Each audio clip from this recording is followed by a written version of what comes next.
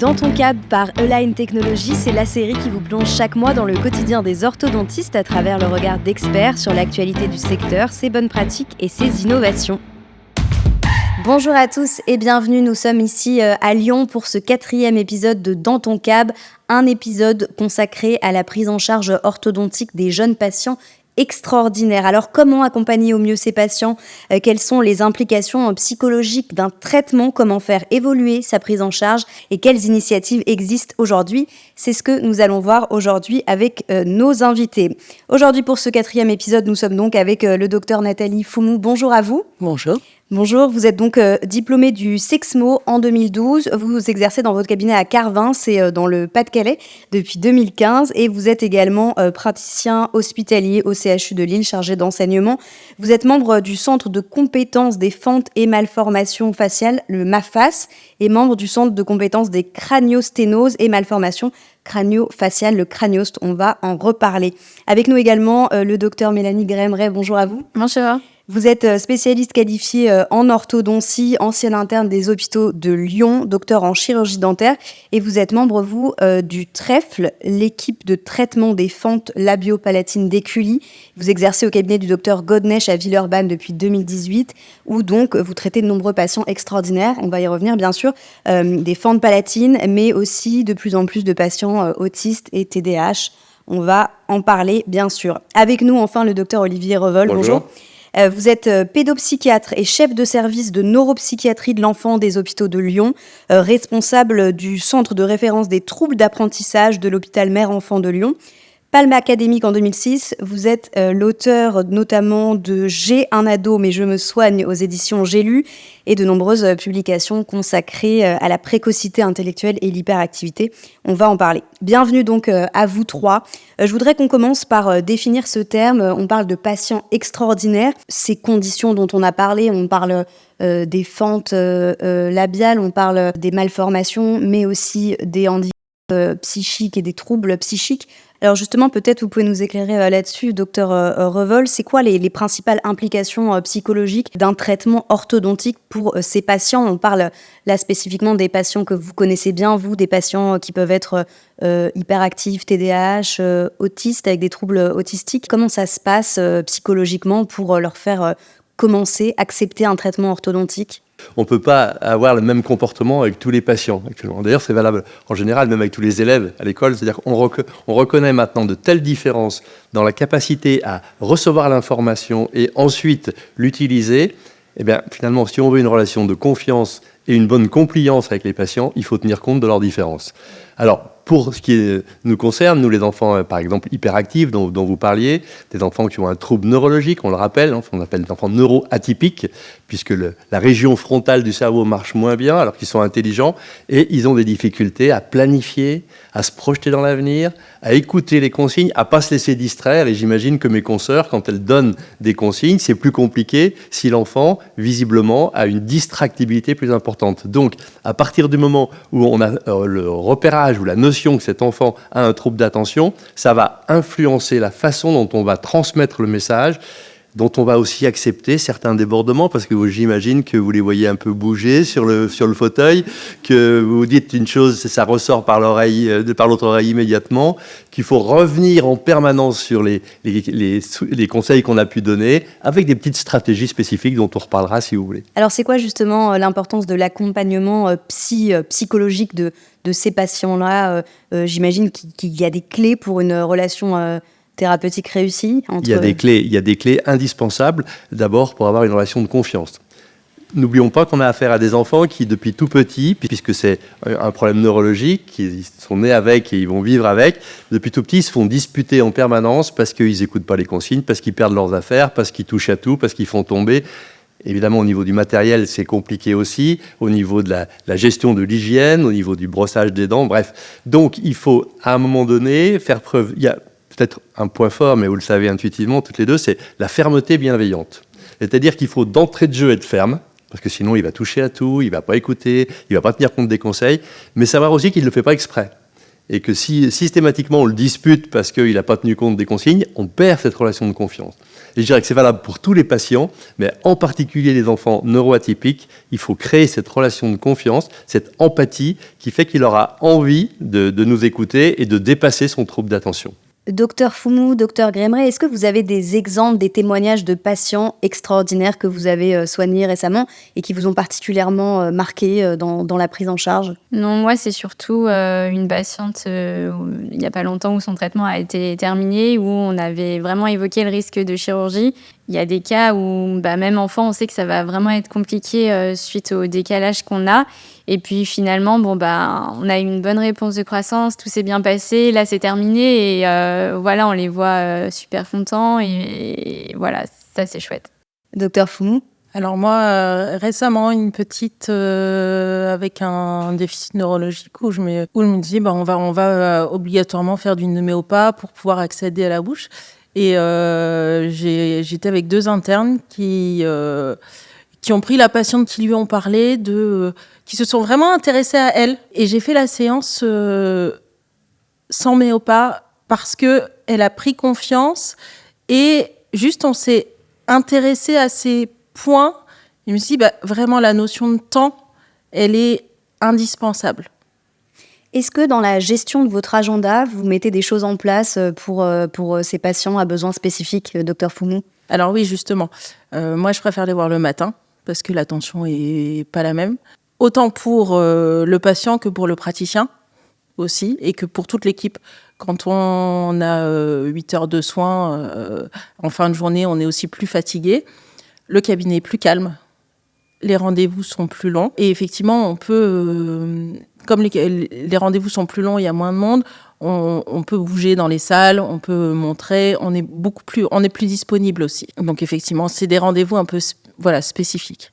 Pour ma part, il y a des créneaux particuliers et aussi ce qu'on propose qui plaît, c'est possibilité de petits rendez-vous en visio aussi quand les patients sont pas à côté, qu'il y a un souci à la maison. Face à la caméra, ils sont contents de montrer si jamais, des petits rendez-vous en visio ou des systèmes de monitoring pour nous envoyer des petites photos. Ça c'est important pour le suivi et puis ça plaît aussi. Vous, comment est-ce que vous gérez justement cette relation avec ces patients, enfants et adolescents? Est-ce qu'il y a des choses spécifiques que vous mettez en place? Alors déjà, effectivement, bien le connaître. Et l'anamnèse est aussi très importante puisqu'on voit tout le parcours de l'enfant et nous, on arrive à un moment où il y a déjà eu parfois des expériences négatives avec le corps médical. Donc, il faut justement redonner cette notion de confiance. Et puis, il y a aussi une notion d'équipe. Je ne suis pas toute seule, j'ai des assistantes. Et il y a un chemin qui se prépare. Il y a une première consultation, il y a une deuxième consultation. On ne rentre pas dans les actes de soins de suite. Et c'est vraiment une notion d'équipe entre le praticien, l'assistante, le patient, le parent et même les paramédicaux parfois autour. On travaille en équipe en disant est-ce que toi tu peux essayer de travailler l'oralité là-dessus pour que moi je puisse avancer et ensemble on arrive à avancer. Justement, docteur Revel, je vous fais peut-être rebondir là-dessus. C'est quoi l'importance de la communication avec les parents? Est-ce que pour vous c'est crucial dans cette mise en place d'un traitement orthodontique? Bien sûr, et j'aime bien ce que dit Nathalie, c'est la notion d'alliance thérapeutique. Et l'alliance thérapeutique, elle se fait avec le patient, mais elle se fait aussi avec les parents. Des parents, une fois encore, qui sont déjà exténués, qui ont eu des expériences négatives auparavant et qui sont contents de trouver à un moment donné un thérapeute qui est à l'écoute. Et j'apprécie ce que vous disiez aussi, c'est on l'approche toujours par la périphérie de l'adolescent et l'enfant du 21e siècle. C'est-à-dire que si on commence à lui dire d'entrée de jeu, voilà, je suis ton orthodontiste, voilà ce qu'on va faire, ça ne marche pas. Et cette notion d'anamnèse, qu'est-ce que tu fais? Qu'est-ce que tu fais comme sport? À quoi tu joues? À quoi tu joues comme jeu vidéo? Qu'est-ce que tu regardes comme série? On l'aborde par la périphérie et on va progressivement, comme un entonnoir, jusqu'au sujet du jour. Mais là, on a gagné. On a gagné la confiance. Il dit, tiens, ce thérapeute en face de moi, c'est un pro. Il s'intéresse à moi parce qu'on verra tout à l'heure que l'implication du thérapeute, quel que soit l'enfant d'ailleurs, mais en particulier l'enfant neuroatypique, elle est fondamentale. S'il s'implique, je vais avoir moi aussi envie de lui faire plaisir. Docteur Gremeret, vous aussi, vous observez l'importance de cette communication avec les parents, avec l'enfant, l'adolescent, mais aussi les parents? Oui. C'est vrai que les parents nous donnent un petit peu des tips sur ce qu'ils aiment bien, leur activité. Après, j'ai eu un parent il n'y a pas longtemps. Le petit voulait absolument après aller voir le chantier et les pelleteuses. Donc j'entendais le papa, oui, on va aller voir les pelleteuses. Donc du coup, ça m'a donné une première approche pour discuter. Ou quand ils viennent avec des t-shirts, Harry Potter ou je ne sais quoi. Enfin voilà, ça nous permet d'avoir une bonne entrée en matière. Sur ça, c'est sympa d'avoir des petites choses comme ça. Pour créer de la confiance Voilà. plus facilement. Peut-être de manière plus globale, docteur, toutes les deux, on a parlé donc de malformations dont vous êtes toutes les deux spécialistes. On a parlé aussi de troubles psychiques. De manière plus générale, sur ces patients extraordinaires, quel impact est-ce que ces traitements orthodontiques réussis ils peuvent avoir sur la qualité de vie de ces différents patients? Je pense notamment à des patients qui ont des fentes palatines, des malformations faciales. Finalement, quand on réussit ce traitement orthodontique, on imagine que ça peut grandement améliorer leur qualité de vie, aussi bien d'ailleurs pour les patients avec des troubles psychiques neurologiques. Moi, je trouve que c'est super important pour eux dans l'intégration sociale et l'intégration à l'école. Aujourd'hui, on le sait, il y a beaucoup de harcèlement, beaucoup de moqueries. Et laisser quelqu'un avec une incisive rotée à 90 degrés devant, c'est très difficile pour eux. Alors, bien sûr qu'on fait des compromis, mais essayer de faire le maximum. Je pense que ça peut énormément leur rendre service pour l'école et puis pour l'entrée au niveau professionnel également. Docteur Foumy. Mais justement, c'est un accompagnement. Alors, par exemple, pour les fentes, c'est du diagnostic anténatal à 18 ans. Et avec des prises en charge spécifiques à certains moments. Moi, j'aime bien aussi retenir cette notion d'efficience, parce que c'est important aussi de ne pas aller dans l'épuisement thérapeutique. On a ce que nous, on voudrait pour le patient, et il y a ce que le patient est capable aussi de faire et d'admettre. Donc, par exemple, effectivement, avant l'adolescence, il y a par exemple des cas qui mériteraient une chirurgie, et puis on leur dit, oui, mais la chirurgie, ce sera à 18 ans. À part qu'un enfant, il se construit, et que quand il est en mal-être à 10 ans, lui dire que on va attendre 18 ans pour t'opérer, c'est pas forcément entendable. Effectivement, il faut aussi savoir l'accompagner en se disant, alors, du coup, on va faire ça, et lui donner une petite marche pour monter la seconde marche et pour pouvoir peut-être attendre. Et c'est aussi là-dessus qu'effectivement, on revient aussi sur l'intérêt de la communication. On a des actes thérapeutiques où on va les aider. Et puis, parfois, on ne sera pas dans la finalité complète, mais on sait qu'il y a l'après et il y a l'espoir et il y a la finalité thérapeutique sans épuisement non plus. Est-ce qu'il y a des initiatives ou des programmes dont vous voulez nous parler qui peuvent avoir un impact positif dans ce domaine et aider d'autres praticiens? Alors, moi, c'est vrai que j'ai eu la chance de pouvoir mettre en place l'ARC, qui est un programme d'accompagnement. Il est aussi difficile de mettre un frein financier sur des nouvelles technologies qu'on pourrait proposer aux patients et à ces patients qui n'ont pas le choix. Si le patient a le choix, qu'on ait effectivement une différence financière, ça peut s'entendre à résultat égal, mais sur un patient qui n'a pas le choix, ne pas pouvoir proposer le traitement pour des raisons financières, ça c'est difficile. Et donc l'ARC permet cela, la mise en place d'une alliance avec le laboratoire pour justement pouvoir prodiguer des soins possibles. Alors justement, je vais revenir sur l'ARC dont vous avez parlé. On va en dire un mot. Le programme Act of Random Kindness, il est destiné donc aux docteurs et il a pour but d'aider la communauté dans son ensemble et d'offrir aux patients éligibles un traitement Invisalign gratuit, vous l'avez dit. Donc les patients éligibles, ce sont ceux qui présentent des problèmes de santé tels que des syndromes génétiques, des malformations crânio-faciales ou des fentes labiales, des contre-indications liées à la santé, à un traitement par appareil fixe. Donc si vous souhaitez obtenir plus d'informations, vous pouvez écrire à l'adresse électronique cs-french@aligntech.com ou contacter votre responsable de secteur. Docteur Revol, comment finalement l'intervention précoce en pédopsychiatrie, comme en orthodontie finalement, est-ce qu'elle influence les résultats orthodontiques? C'est important de s'y prendre très tôt? Alors, les résultats orthodontiques, je ne sais pas, mais le fait de prendre en compte la différence d'un enfant très tôt évite le sentiment de marginalisation. Or, c'est une génération qui a besoin de se sentir à l'aise dans le groupe social et qui, dès qu'il y a une différence, c'est plus compliqué. Donc, plus on intervient tôt, plus on a repéré la différence, que ce soit un enfant agité ou un enfant à haut potentiel ou un enfant qui a un trouble du spectre autistique, plus on peut mettre en place des stratégies qui vont éviter qui s'écartent du groupe social, et ce qui est quand même particulièrement douloureux pour eux. C'est tellement plus facile, gratifiant, à la fois sur le plan économique et sur le plan affectif, de fabriquer un enfant solide que de réparer un adulte brisé. Donc l'intervention précoce, la compréhension précoce de la différence, elle est fondamentale. Vous êtes d'accord toutes les deux avec cette idée qu'il faut prendre en charge rapidement, de manière précoce, les enfants pour que le traitement orthodontique soit efficace ? Tout à fait. Tout à fait. Mon grand-père me disait il vaut mieux mettre un tuteur vite à la plante plutôt que quand tu la redresses plus tard, elle va casser. Donc effectivement, on est des acteurs de la croissance et par exemple, une succion persistante non nutritive va engendrer des malformations majeures. On peut aller plus loin dans la métaphore et dire que si une plante a du mal à pousser, on ne va pas jeter la plante, on va modifier l'environnement et la terre. Donc on va modifier la façon de l'aborder. Il y a aussi un aspect très important, c'est la gestion du stress. On sait que ces patients qui ont des troubles neurologiques ou psychiques dont on a parlé, ils peuvent être soumis à un plus grand stress face à un côté un peu agressif de ces traitements orthodontiques. Docteur Revoll, c'est quoi justement la gestion du stress pour ces patients? Comment on s'y prend? Est-ce que vous avez des conseils pour bien planifier les traitements et les faire mieux accepter?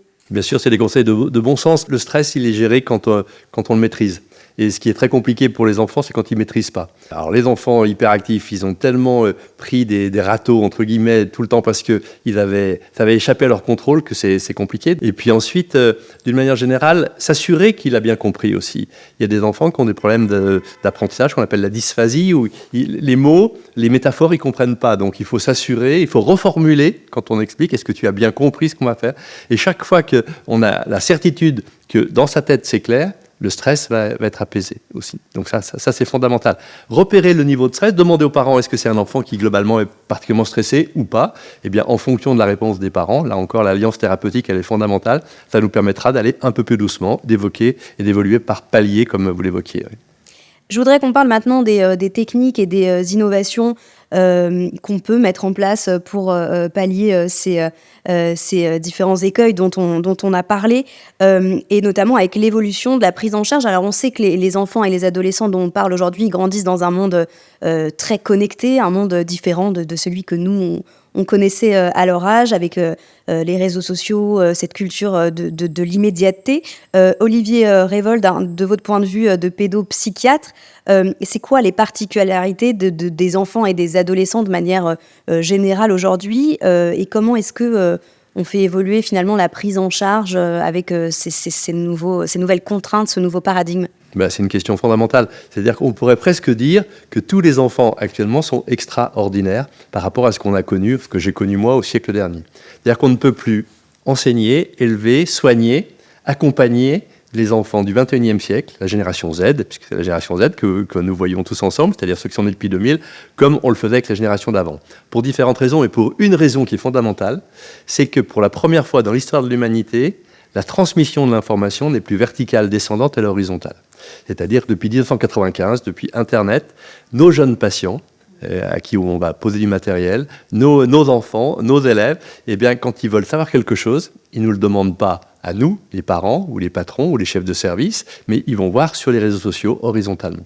Et ça, c'est un changement de paradigme, on a tendance à l'oublier, qui est unique dans l'histoire de l'humanité. Il n'y en aura pas d'autres. Il n'y en a jamais eu d'autres avant, il n'y en aura pas d'autres après. En plus, ce sont des enfants qui, à cause de ce changement de paradigme, ont tous appris des choses à leurs parents. On a tous, moi, ma génération, demandé à nos enfants de nous installer une application sur l'ordinateur ou de nous organiser notre téléphone.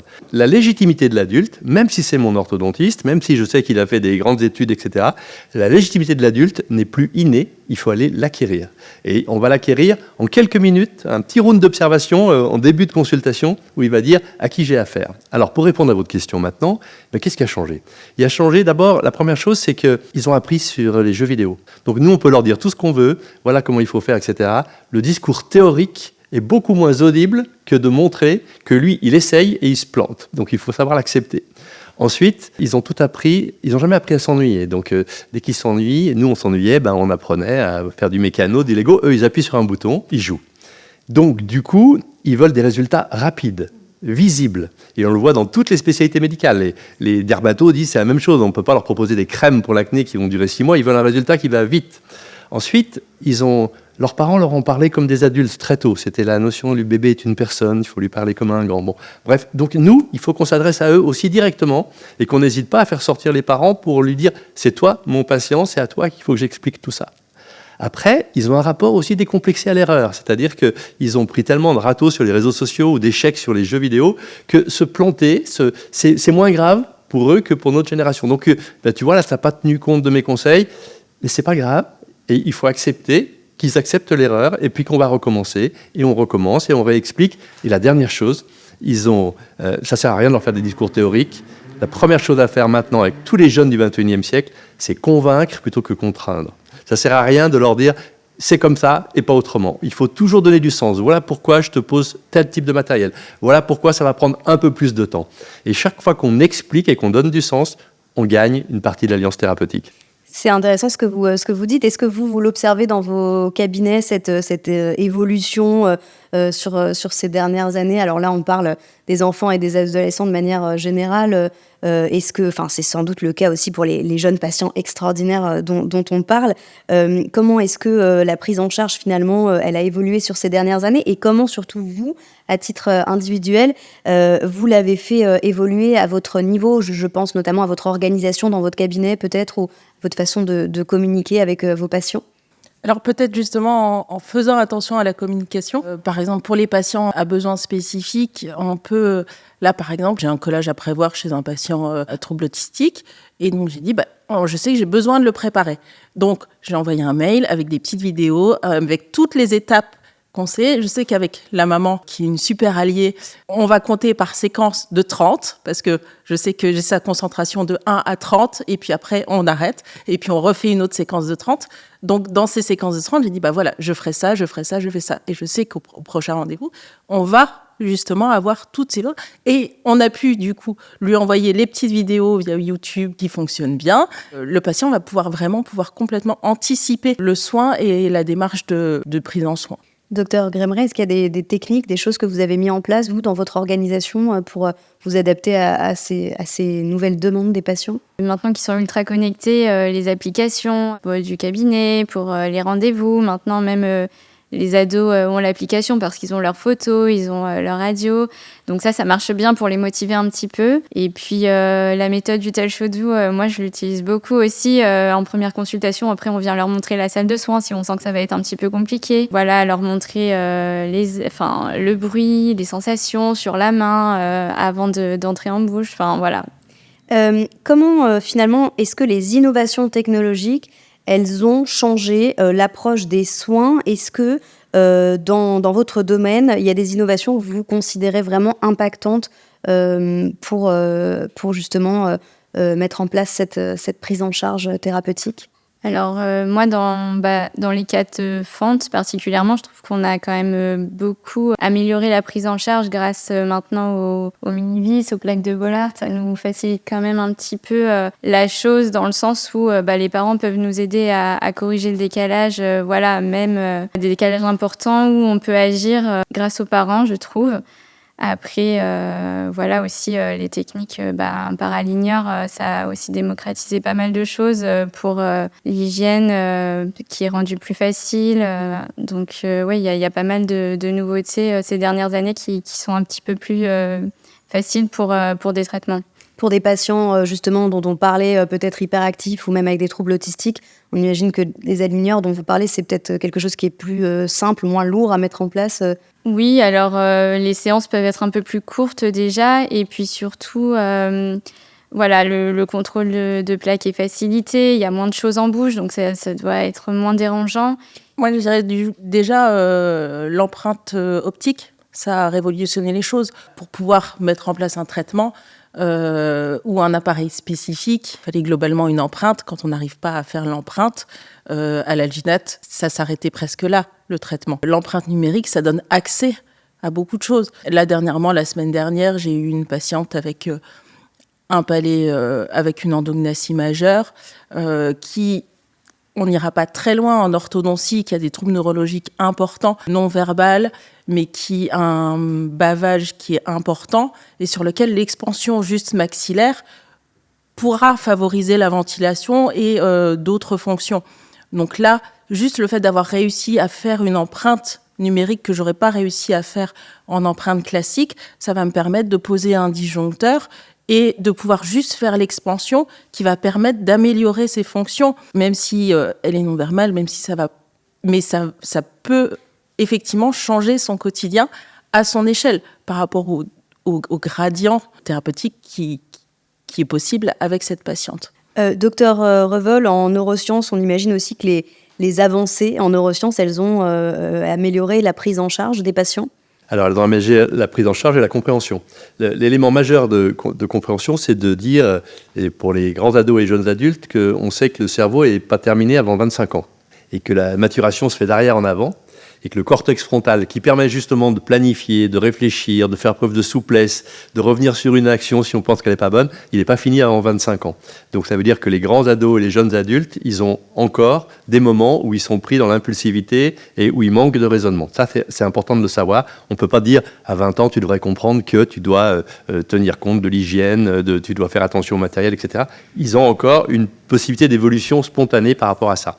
Mais pour revenir sur ce qui avait été dit, on est obligé d'avoir recours maintenant aux nouvelles techniques, à leurs techniques, de communication, et leur dire, comme vous l'évoquiez, et moi je le fais systématiquement, si tu veux, avant qu'on discute d'un traitement pour ton hyperactivité ou d'un traitement pour ton angoisse, tu peux aller voir des capsules que j'ai mises sur TikTok ou sur YouTube.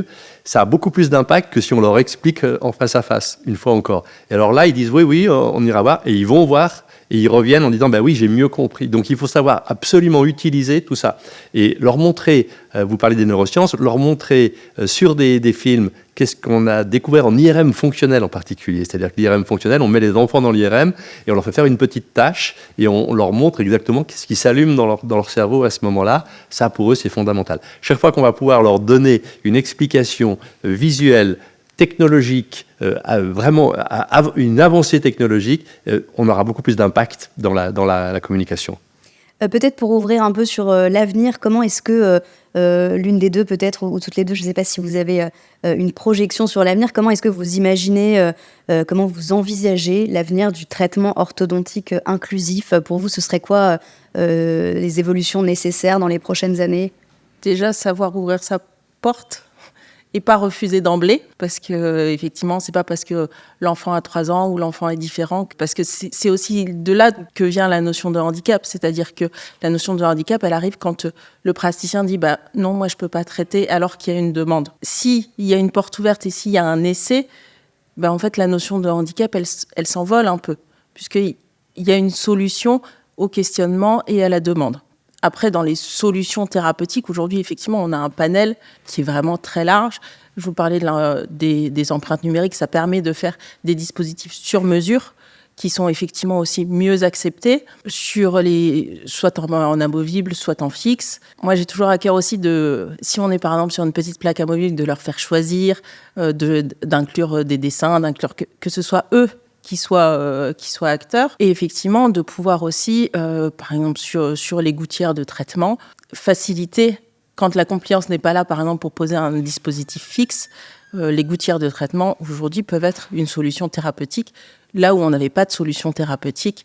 Docteur Grimay, vous vouliez ajouter quelque chose? Non, c'est vrai que maintenant on a vraiment plein de dispositifs et on pourrait, je pense, réussir à prendre chaque patient suivant son handicap, entre guillemets, mais maintenant, je pense qu'on peut y arriver. Il faut juste faire l'effort et avoir un petit peu de patience, ça c'est sûr. Alors justement, pour comprendre, c'est très intéressant ce que vous dites, pour comprendre un peu tous les trois comment vous en êtes arrivés à vous intéresser à ces patients qu'on a appelés des patients extraordinaires. Je voudrais qu'on parle un peu de votre parcours à chacun finalement. Qu'est-ce qui vous a motivé à porter une attention particulière à ces patients à besoins spécifiques? Peut-être le docteur Revol, vous pouvez nous expliquer comment vous en êtes arrivé là où vous êtes aujourd'hui? Alors, j'en suis arrivé là, je l'ai raconté dans les bouquins, donc j'ai aucun souci avec ça. Moi, j'étais hyperactif quand j'étais petit, et l'hyperactivité, on n'en parlait pas comme maintenant, dans la mesure où j'habitais Lyon, là, et quand on allait en ville, j'étais attaché en laisse, et mes parents, qui étaient médecins, me promenaient en laisse, et on était plusieurs hyperactifs à être promenés en laisse.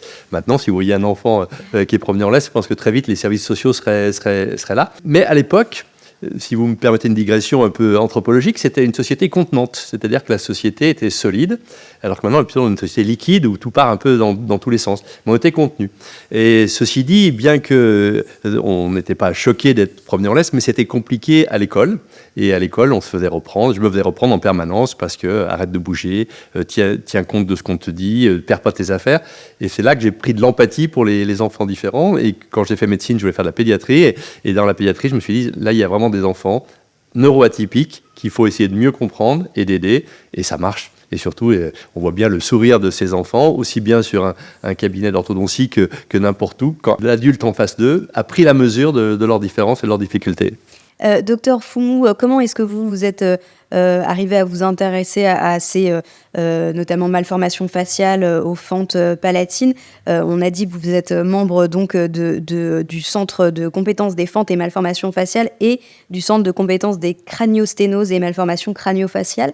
Qu'est-ce qui vous a mené à vous spécialiser là-dedans? Alors, ça a été... moi, en fait, depuis que je suis rentrée en faculté dentaire, j'ai jamais quitté l'hôpital. Et j'ai toujours eu à corps. Alors, mes parents étaient tous les deux dans le corps hospitalier. Et je pense qu'il y a une vocation à l'hôpital qu'il faut avoir. Du coup, j'ai fait mes 6 années de dentaire. Et derrière, j'ai fait un internat qui, à l'époque, était non qualifiant. Donc, qui m'a permis de travailler en pluridisciplinaire à l'hôpital. Et après, c'est aussi les rencontres. J'ai eu l'occasion d'aller en consultation avec le professeur Pellerin à l'époque. Et puis, c'est une activité qui m'a plu. Et l'investissement hospitalier m'intéressait et la pluridisciplinarité, puisque on apprend tous les jours aussi. Donc voilà. Et puis après, j'ai été attachée. Je suis restée attachée hospitalier longtemps, jusqu'à un dernier poste de praticien hospitalier, parce que j'avais aussi besoin de plus de temps pour monter les projets et plus d'investissement au sein de l'hôpital pour mieux faire les choses et en tout cas essayer de bien faire les choses. Est-ce que, docteur Grimeret, vous pouvez nous parler de votre parcours et de votre travail au trèfle et au cabinet où vous exercez? À la fin de l'internat, donc j'ai eu la chance d'intégrer donc un cabinet et donc de faire partie du TREP, donc l'association qui traite les fentes labiopalatines à Écully. Et c'est vrai que du coup, je suis rentrée dans cette association et on suit les patients presque chaque année depuis très petits, quasiment depuis leur naissance. Et je trouve ça hyper attachant en fait déjà de les voir grandir, de voir comment ils s'épanouissent. Et puis, de voir l'évolution. On ressort d'une consultation, on est un peu vidé, je trouve, émotionnellement. C'est dur de faire preuve d'empathie, mais c'est tellement attachant. On a tellement envie de pouvoir leur apporter quelque chose que, moi, c'est ça qui me plaît. Est-ce que vous avez rencontré l'une et l'autre des difficultés dans votre apprentissage au cours de votre formation? Est-ce que vous avez l'impression qu'il y a un manque d'informations, par exemple, sur ces sujets? Ou est-ce que finalement, ce sont des sujets qui sont assez bien enseignés? Moi, j'ai la chance d'être chargée d'enseignement et j'ai à cœur justement de prendre en charge ces patients spécifiques au sein du service, parce que je sais que les internes qui sont en ce moment en formation vont sortir et que s'ils ont fait ce type de soins pendant leur internat, ils le feront en libéral. Et l'important aussi, c'est la notion de proximité. Le soin de proximité est important. On sait qu'on peut avoir un échec thérapeutique parce que la compliance de faire 200 km aller, 200 km retour pour trouver le praticien qui veut bien prendre en charge, ça va marcher 6 mois, 1 an. Et puis, c'est aussi dans une famille qu'on s'inclut. Donc, la maman, elle a 4 enfants. Et puis, à un moment, la logistique, elle est juste plus possible. Donc, c'est important que ces soins soient donnés en proximité et que les cabinets libéraux, justement, ouvrent leurs portes à ces patients spécifiques. Je trouve ça bien. C'est vrai que lors des consultations pluridisciplinaires, on a souvent des petits courriers d'orthodontie justement qui posent des questions et c'est ce qu'il faut faire. Surtout, je pense qu'il faut vraiment demander l'avis et pour pouvoir continuer à les suivre justement dans les campagnes et puis loin des grandes villes et des centres de compétences. Mais vraiment, la relation, la pluridisciplinarité et de demander conseil, discuter ensemble des plans de traitement, etc. pour vraiment pas rester seul et pouvoir continuer les soins. Est-ce que vous diriez que cette spécialisation, elle a un impact? Et si oui, quel impact sur votre approche globale de l'orthodontie? Alors clairement, elle a un impact énorme parce que ça me fait réfléchir déjà tous les jours. Ça vous remet en question de se dire comment ce patient-là, je vais l'appréhender, cette difficulté-là, je vais l'appréhender. Aujourd'hui, je me mets pas de limite dans mes approches et dans mes thérapeutiques. Donc on se dit, ça ouvre l'esprit en se disant, alors comment je peux faire pour réussir cette alliance ou réussir cet acte technique? Et puis on devient inventif. Et du coup, ça nous sert avec chaque patient. Donc cette activité peut-être spécifique, mais effectivement, c'est chaque patient en fait qui est un peu extraordinaire. Docteur Vermeret, vous vouliez ajouter quelque chose sur l'impact de cette spécialisation sur votre approche de l'orthodontie? C'est tout dit, c'est vrai que voilà, on s'ouvre beaucoup plus et ça nous permet vraiment, même pour des patients sans handicap, mais d'essayer de trouver une approche vraiment particulière et propre à chaque patient. Est-ce que vous avez des conseils justement à donner aux orthodontistes qui voudraient améliorer leur prise en charge pour les patients dont on parle? Moi, je pense que c'est vraiment la pluridisciplinarité qui est le plus important. C'est adresser quand il y a besoin à un psychologue si on en ressent le besoin ou je ne sais pas s'il y a des troubles alimentaires, même à un diététicien. Enfin voilà, vraiment adresser. Comment est-ce que la collaboration interdisciplinaire, est-ce qu'elle contribue au succès des traitements? C'est quelque chose de très important pour vous que ces différentes disciplines collaborent? Je crois et on en a la preuve quotidiennement. Et depuis qu'il y a des interactions très importantes entre les pédopsychiatres et les orthodontistes, il y a beaucoup de compliances qui sont améliorées et beaucoup de malentendus qui sont levés.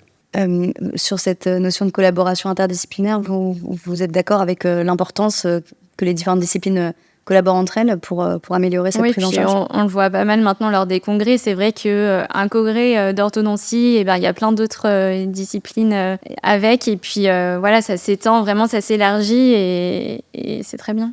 Docteur Revol, vous êtes d'accord avec ça? C'est quoi pour vous les clés d'une alliance thérapeutique réussie dont on parlait tout à l'heure? Les clés, c'est ce qu'on est en train de faire. Et c'est assez nouveau, parce qu'il y a 10 ans, on ne parlait pas de tout ça. Et en fait, les orthodontistes voient tous les enfants. Et vous allez passer un moment avec eux, parfois un moment assez long, surtout pour les enfants qui ont des fentes. Mais quels que soient les enfants, vous les voyez sur le cabinet, vous les voyez sur le fauteuil, vous les voyez évoluer. Et je trouve que depuis quelques années, cette pluridisciplinarité où on essaye de tenir compte de se parler les uns les autres, on a beaucoup de demandes d'enseignement des orthodontistes pour parler des enfants autistes ou des enfants hyperactifs ou des enfants à haut potentiel.